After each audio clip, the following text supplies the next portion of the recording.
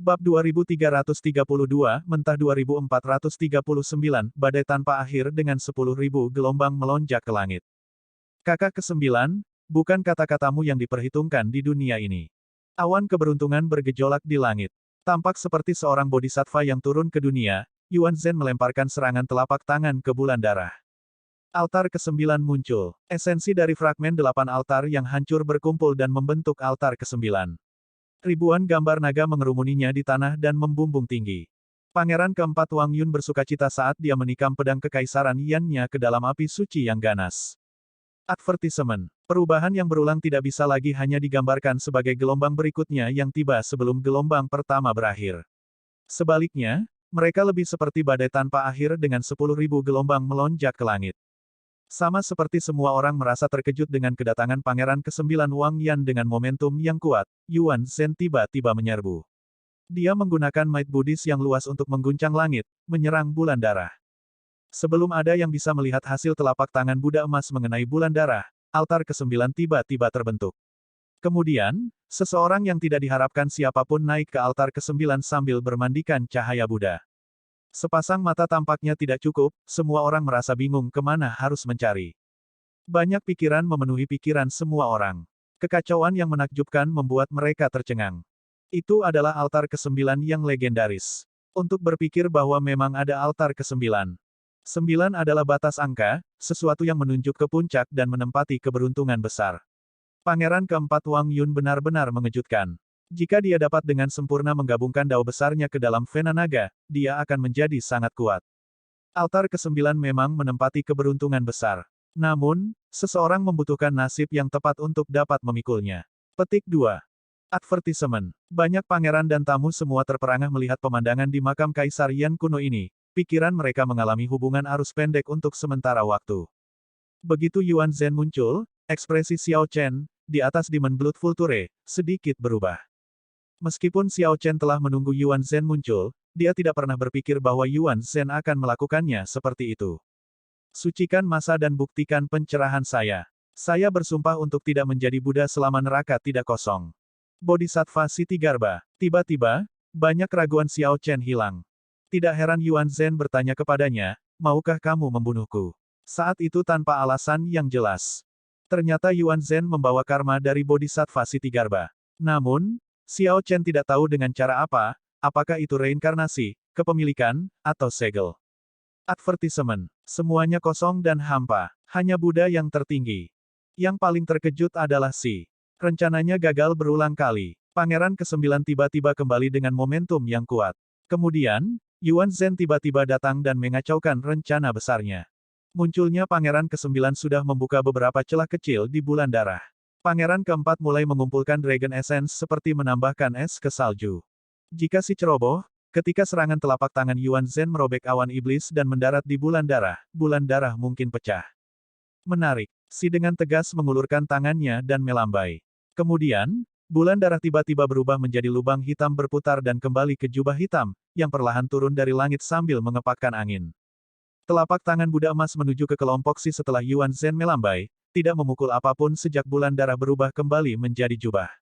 Telapak Buddha emas sudah menutupi langit dan matahari. Saat jatuh, sepertinya langit akan runtuh. Menyerang. Di punggung Vulture darah iblis, mata Xiao Chen dan Chu Chaoyun berbinar saat mereka memanfaatkan situasi untuk menyerang. Mereka terbang menuju jubah hitam tanpa ragu-ragu. Mereka tidak bisa membiarkan Si terus mengendalikan jubah ini. Kalau tidak, jika bulan darah naik lagi, itu akan sulit untuk dihadapi. Teknik rahasia teratai hitam, hancurkan. Teknik rahasia teratai biru, tumbuh. Mingxuan dan Putri Suci teratai Azure Yang King menunjukkan ekspresi serius, maju selangkah sambil berdiri berdampingan. Setelah mereka membentuk segel tangan, mereka melemparkan serangan telapak tangan secara bersamaan. Sebuah swastika hitam berputar terbalik di dahi Mingxuan, mengeluarkan kekuatan iblis hitam yang mengandung kekuatan penghancur. Teratai biru mekar di bawah kaki Yang King. Kemudian, cahaya Buddha yang lembut menyebar, tampak seperti tanda keberuntungan dan meletus dengan kekuatan kehidupan seperti badai. Kehancuran dan kekuatan hidup, keduanya bekerja sama untuk menyerang, bentrok dengan telapak tangan Buddha yang besar itu. Si melayang ke udara, ingin mengumpulkan jubah hitam itu. Sesosok tiba di udara, mengangkat pedang untuk ditebang. Niat membunuh memenuhi udara, menghalangi Si dari kejauhan seperti sungai perak. Si menunjukkan ekspresi agak marah. Ketika dia mengangkat kepalanya untuk melihat, dia melihat bahwa Pangeran ke-9 Wang Yan memegang pedang Kekaisaran Yan untuk menghentikannya. Kamu mencari kematian. Si menjadi marah. Salib merah muncul di kedalaman mata kirinya, mengirimkan kengerian tak terbatas untuk menyerang Wang Yan. Kengerian yang intens langsung mencengkeram tubuh dan jiwa Wang Yan, membuat sosoknya sedikit gemetar. Namun, dia tetap tenang dan menghadapinya dengan pikiran yang dingin. Niat membunuh di udara berubah menjadi bintik cahaya yang menyatu di pedangnya. Suara mendesing. Pedang itu meletus dengan cahaya pedang yang menyala-nyala. Pergelangan tangan Wang Yan bergerak sedikit, dan kilatan cahaya pedang menyinari mata Si. Begitu cahaya pedang menutupi mata iblis pihak lain, Wang Yan menggunakan keberanian tak terbatas untuk menekan rasa takut di hatinya dan menyerbu. Pada saat ini, dengan pembantaian besar Wang Yan yang sempurna bergabung dengan Vena Naga Dinasti, dia tidak lebih lemah dari pangeran pertama sebelumnya. Cahaya pedang menyapu. 100.000 tahun akumulasi dinasti melonjak seperti sungai yang mengamuk. Ketika didorong oleh pembantaian Great Dao, akumulasi dinasti muncul seperti pasukan besar yang mengeluarkan raungan, bunuh. Si terpaksa bertarung dengan pedang Kekaisaran Iblis, yang ditunda dengan kuat oleh Wang Yan. Ming Xuan, Yang Qing, abaikan Yuan Shen itu. Bantu aku untuk merebut kembali jubah suci itu. Pada saat yang sama, Xiao Su memegang spanduk perang darah merah dan menyerang cendekiawan buku surgawi, Wu Meng, dan yang lainnya. Mereka memulai pertempuran kacau dengan para tamu di bawah Si, mencegah mereka memberikan penguatan. Xiao Chen dan Chu Chaoyun mengejar jubah hitam di udara. Chu Chaoyun sedikit mengernyit setelah melihat sekeliling dan melihat Ming Xuan dan Putri Suci Azure Lotus menyerbu, setelah menangani serangan telapak tangan sebelumnya. Aku akan pergi dan memblokir mereka. Chu Chaoyun tidak ragu-ragu. Sosoknya melintas, dan dia mendorong tangannya ke kedua arah. The Universe Origin True Flame terbakar dengan ganas, mewujudkan layar api untuk memblokir Ming Xuan dan Putri Suci Azure Lotus. Chu Chaoyun tidak memberi keduanya kesempatan untuk bereaksi. Dia segera menghunus pedangnya dan menyebarkan Primal Chaos Great Dao miliknya. Sosok Chu Chaoyun menjadi kabur, mencegah Ming Xuan dan Yang Qing mengunci posisinya dengan tepat. Pangeran ke-8 dan Pangeran ke-13, yang terkejut saat terbangun di tanah, melihat ke altar ke-9 di udara. Ekspresi gila muncul di mata mereka. Ini akan menjadi satu-satunya kesempatan mereka untuk bersaing dengan Pangeran ke-9. Mereka harus mengejar Wang Yun dan memonopoli altar ke-9 ini. Mengenakan biaya, Wang Feng dan Wang Yi memimpin tamu mereka, memancarkan aura yang luar biasa. Dengan mereka berdua, itu seharusnya lebih dari cukup untuk mengusir Wang Yun. Namun, saat kelompok itu mendekati altar ke-9, nyanyian Buddhis terdengar, dan banyak tamu Wang Yun muncul. Semua tamu ini memegang harta Buddhis dan berdiri di posisi yang berbeda sesuai dengan instruksi Yuan Shen. Kemudian, mereka secara bersamaan mengaktifkan harta Buddhis di tangan mereka.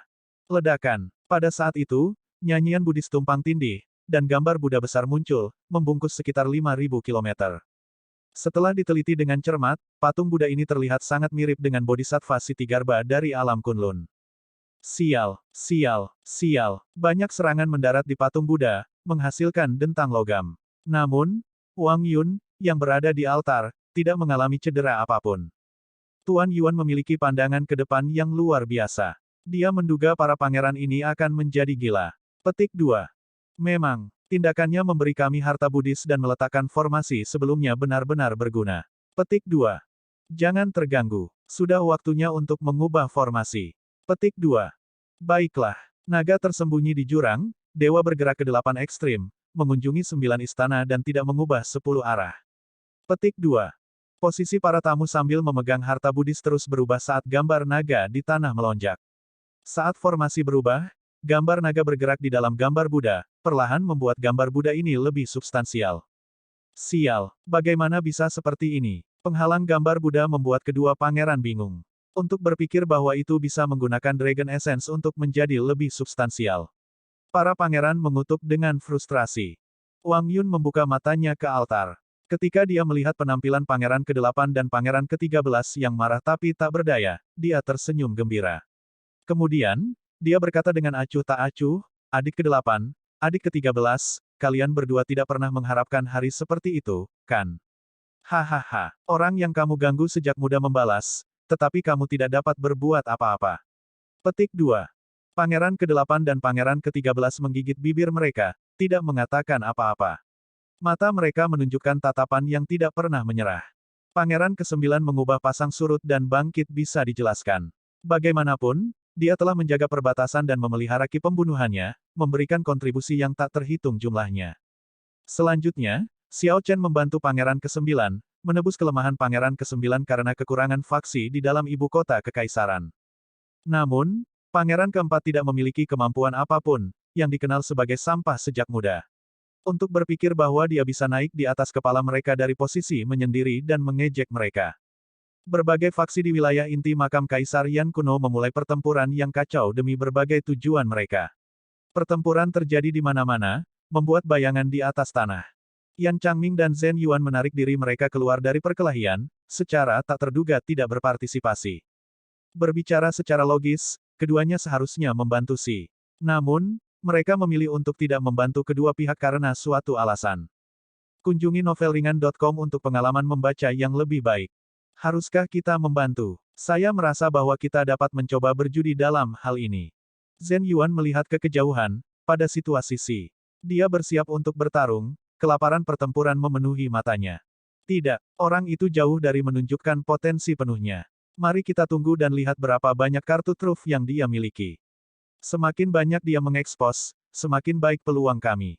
Yan Changming dengan tenang membuat pilihan, menunjukkan senyum di wajahnya. Tanpa diduga, situasinya berbalik begitu cepat. Ini hanyalah kesempatan yang dikirim surga bagi mereka.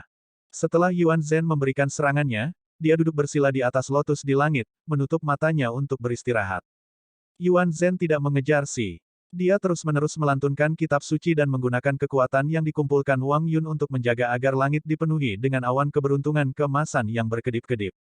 Awan iblis yang sebelumnya luas dan perkasa terus mundur. Adapun Xiao Chen, dia menunjukkan kerutan samar. Dia tetap diam ketika dia melihat pria yang diselimuti bayangan berdarah.